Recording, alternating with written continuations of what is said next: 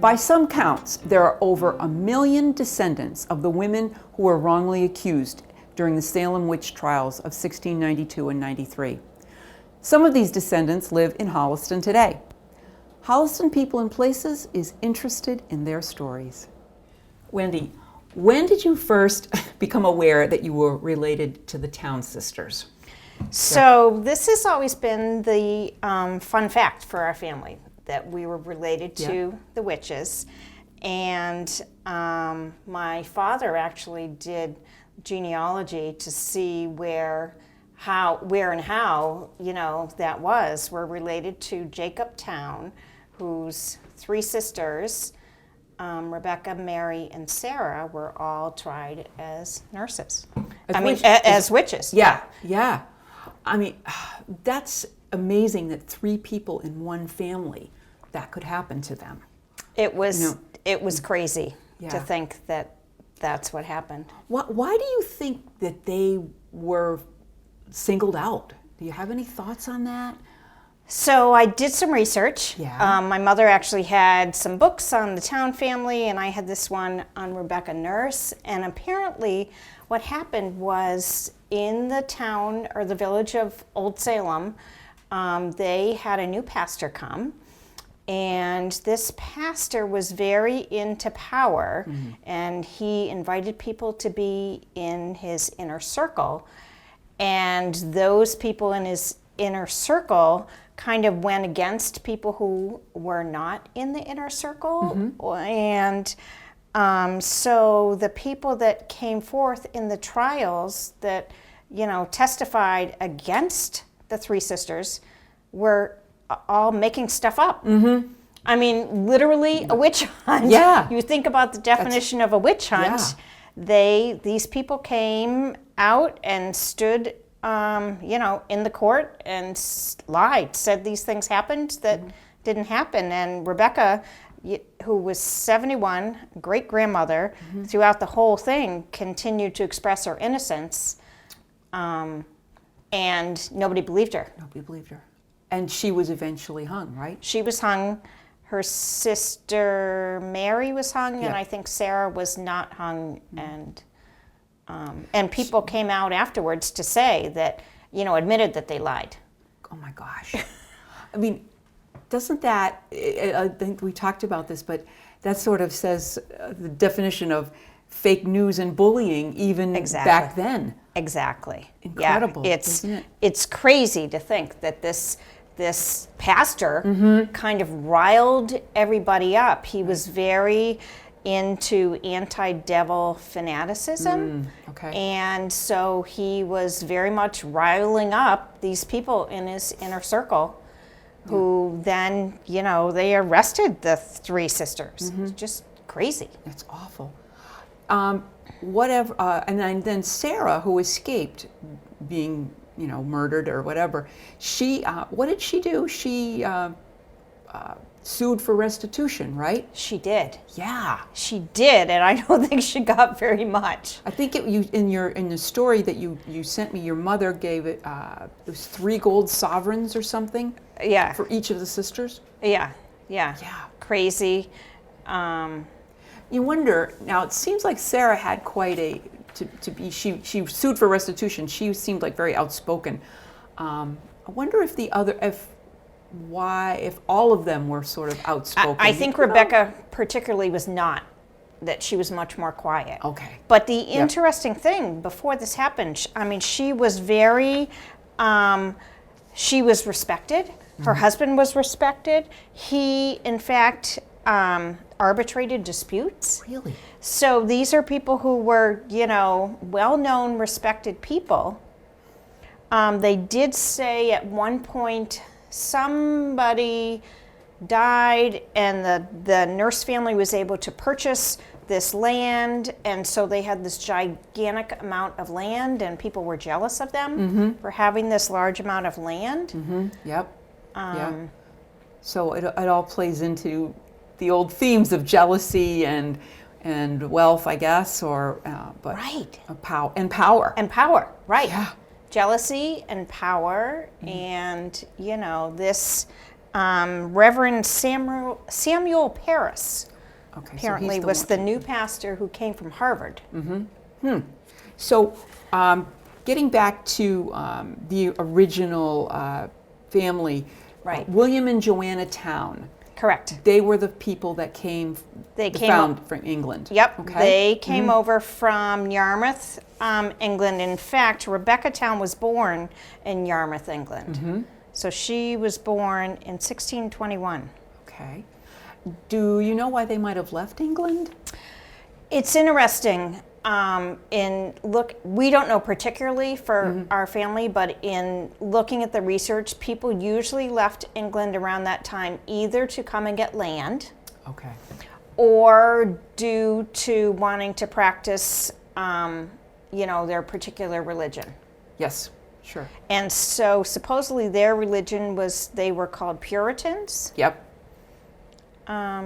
Yeah, so they were Puritans, and that would make sense then. Right. Exactly. So it Yeah. could have been a combination that, Yeah. they wanted to practice their religion, and this was a place that they could go Right, and right. get some land. And it seems like they were very successful in both. Right, You know. right. And that, yeah.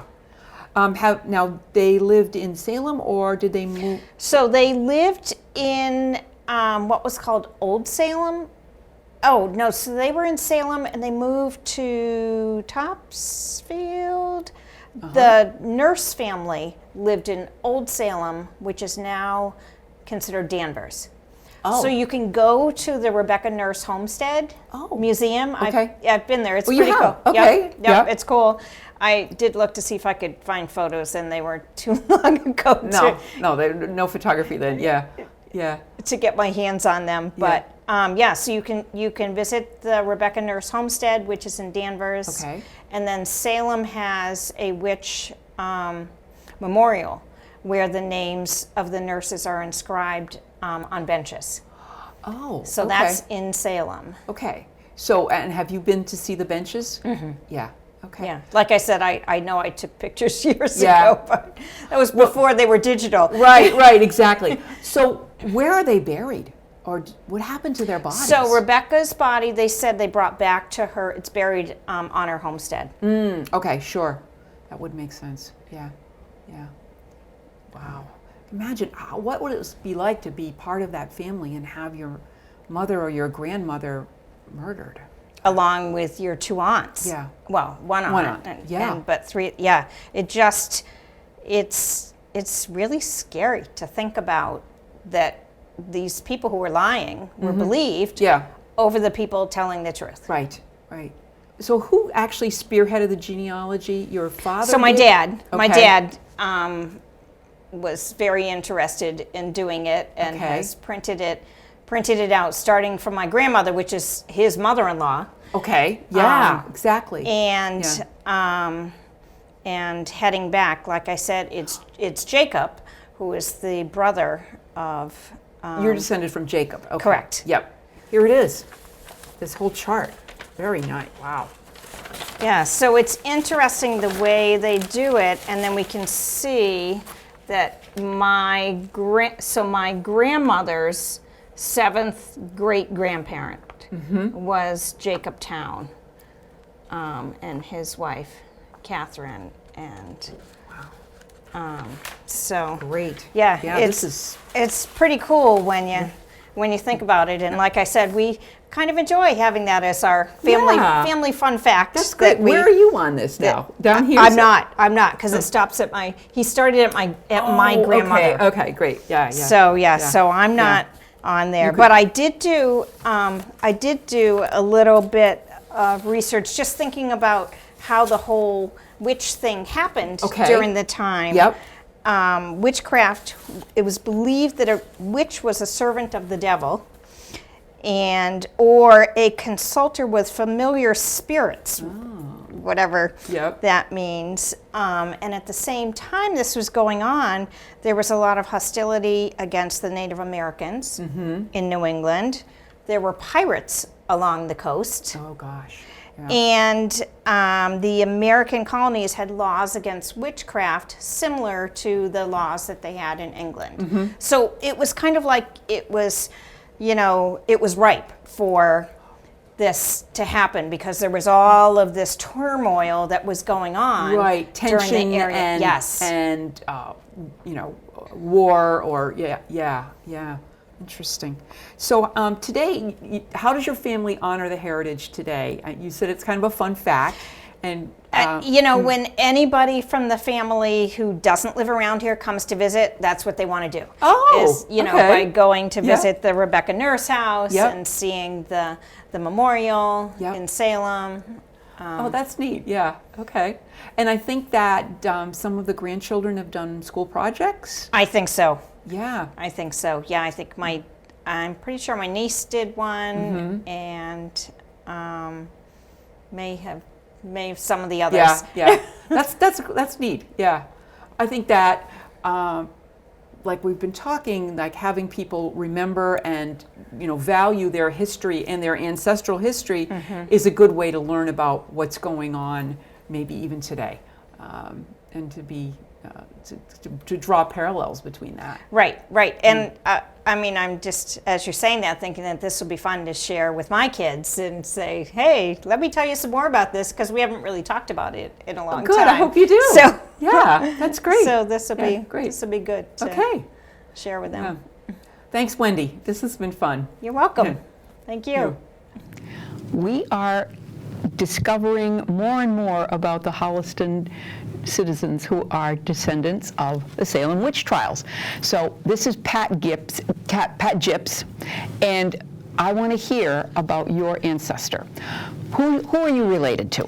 I'm related to Edmund. He is Edmund Town. Okay. Yes. Yep. He is the brother of the 3 accused witches of Salem. Uh-huh.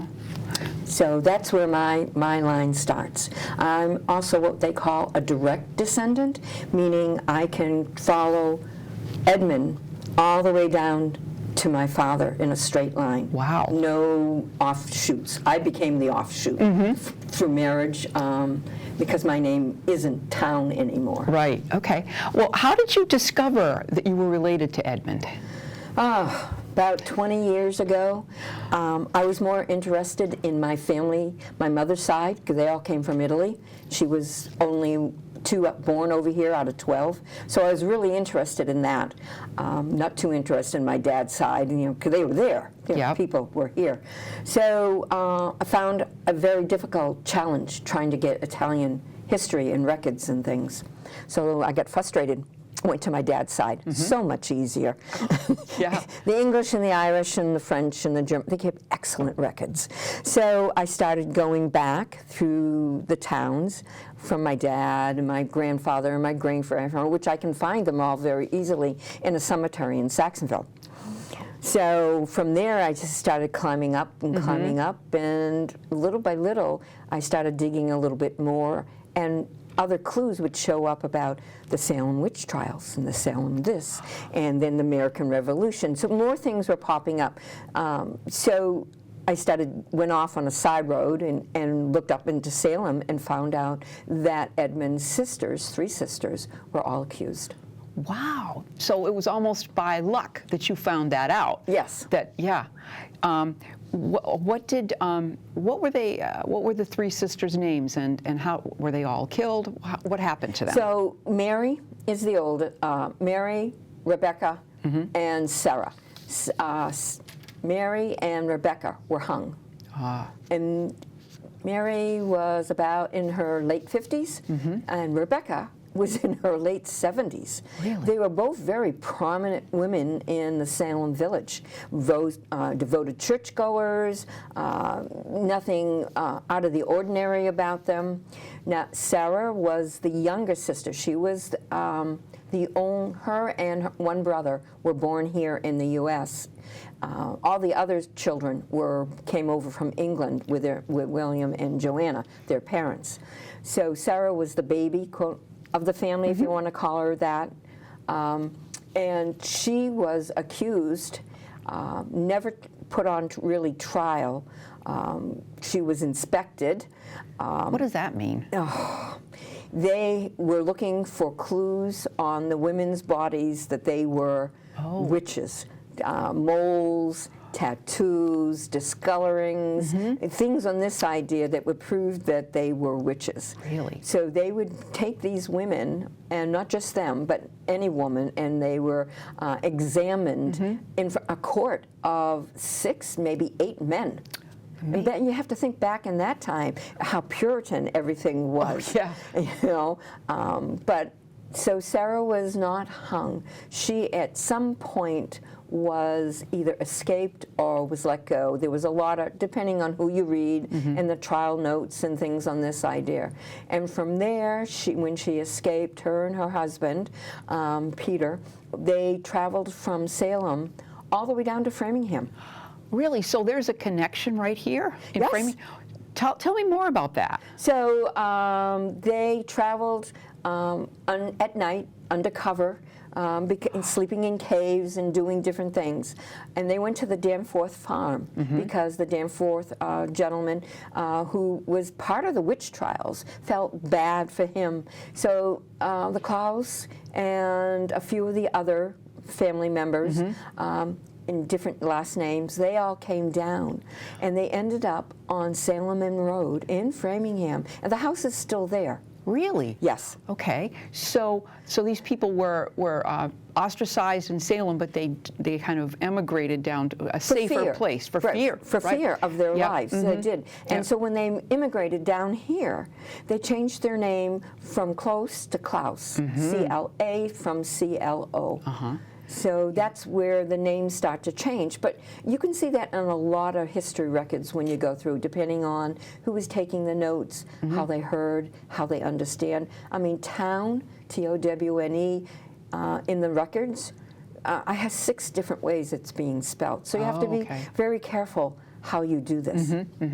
So you seem like you were the person in your family who was really a nut about genealogy. I'm a geek, yes. A geek, you called yourself. You called yourself a geek. Yep. Yeah. Okay. So, what does that mean to you in your family? How do you use? I find it very interesting. Yeah. I like history. I have relatives that are in the Revolutionary War, 1812, the Tea Party, the different things, Sons of Liberty. So I have a lot of different relatives. I have a couple distant relatives, not a direct line, that signed the Independence of Declaration. So I just find history fascinating for me. So this is just one small facet of my family's history. Yeah, yeah. So I understand that there's quite a few people in Holliston that are ancestors. They are. Because we're working, Yeah. I belong to what they call the Town Family Association. Oh, okay. And it's all different members from all over the country, and we have reunions and everything, who are related to the towns, whether through marriage or through distance or direct lines like me. Like you. So there is a book being published of all the different relatives in the local colonial towns, and I've been doing research. I've been helping. They send me out to cemeteries to look at different. They have different things that I need to verify that they have a list of. And then I need to go out to the cemeteries and Wow, verify. you're really busy then. Yeah. Yes. And this is the list, right? That's just Holliston. I've done at this. Framingham as well. So and all it goes the on and on. It goes on. There's now there's only one family, the McGuires, that I'm directly related to, but there's others in this town that have connections to the Salem accused witches. So it's Framingham and Holliston and Ashland, Sherburne, Millis, Milford. I mean, it goes on and on. Yeah. Have you been to Salem, of course? Many times. Yeah. So you get around in this genealogy. I do. I do. Yeah. When I had to document things for the American Revolution, I had to go to the small towns and get copies of birth certificates and marriage certificates. So you get around, you meet a lot of interesting people, see a lot of interesting things. Yeah. Yeah. Cool. So. What, in your opinion, started that hysteria and the trials? What are the theories behind that? There are many theories. one of the ones you have to remember, they came over from England to escape prosecution because Joanna and William were cited and threatened jail time because they had stopped going to the church over there in England. Okay. So we have documentation of that, but no documentation from 1630 to 1640 on how they actually got here. We just know in 1640 they showed up in Salem Village, and in there they purchased land, and then things started to go from there. So a lot of the old religion beliefs and traits came with a lot of people. So one of the problems that they had was religion, the Puritan society. They picture women weak. They picture women should be quiet, not heard, not strong.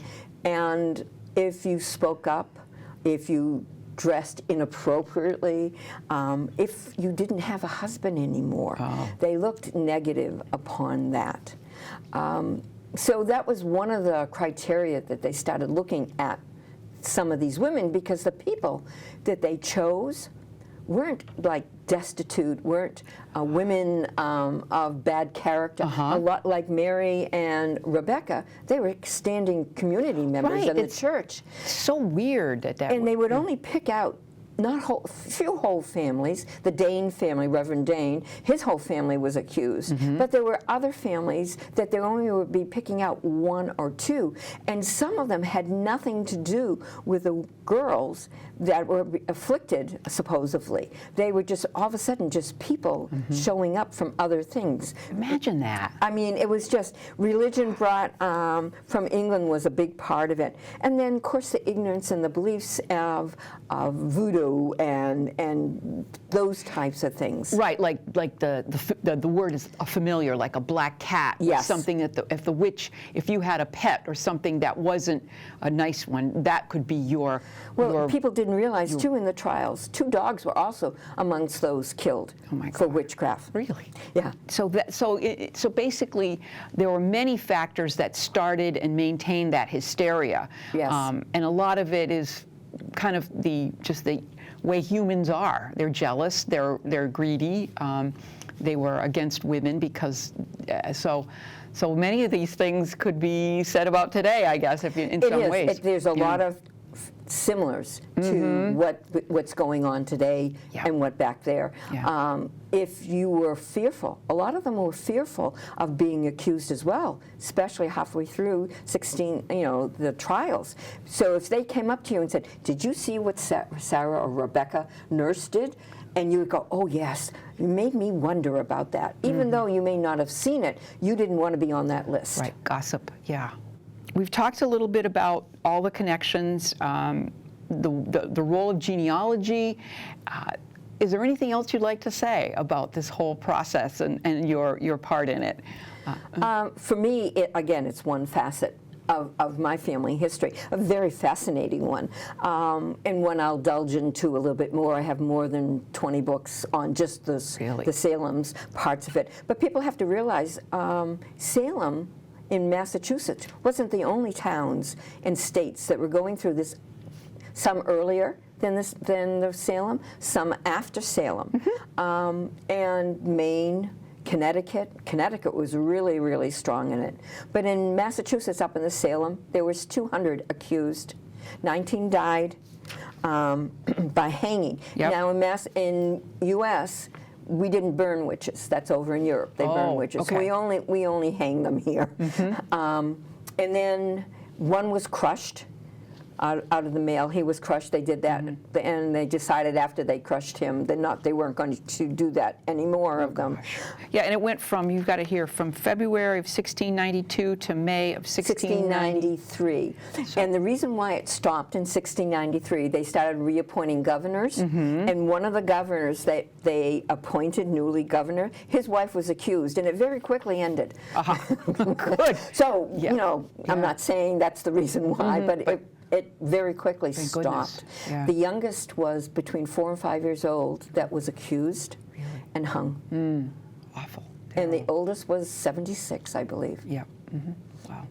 Well, Pat, thank you so much. This has been a really interesting perspective, and you've got so much knowledge to share. I appreciate you coming and talking about it. Thank you very much for having me.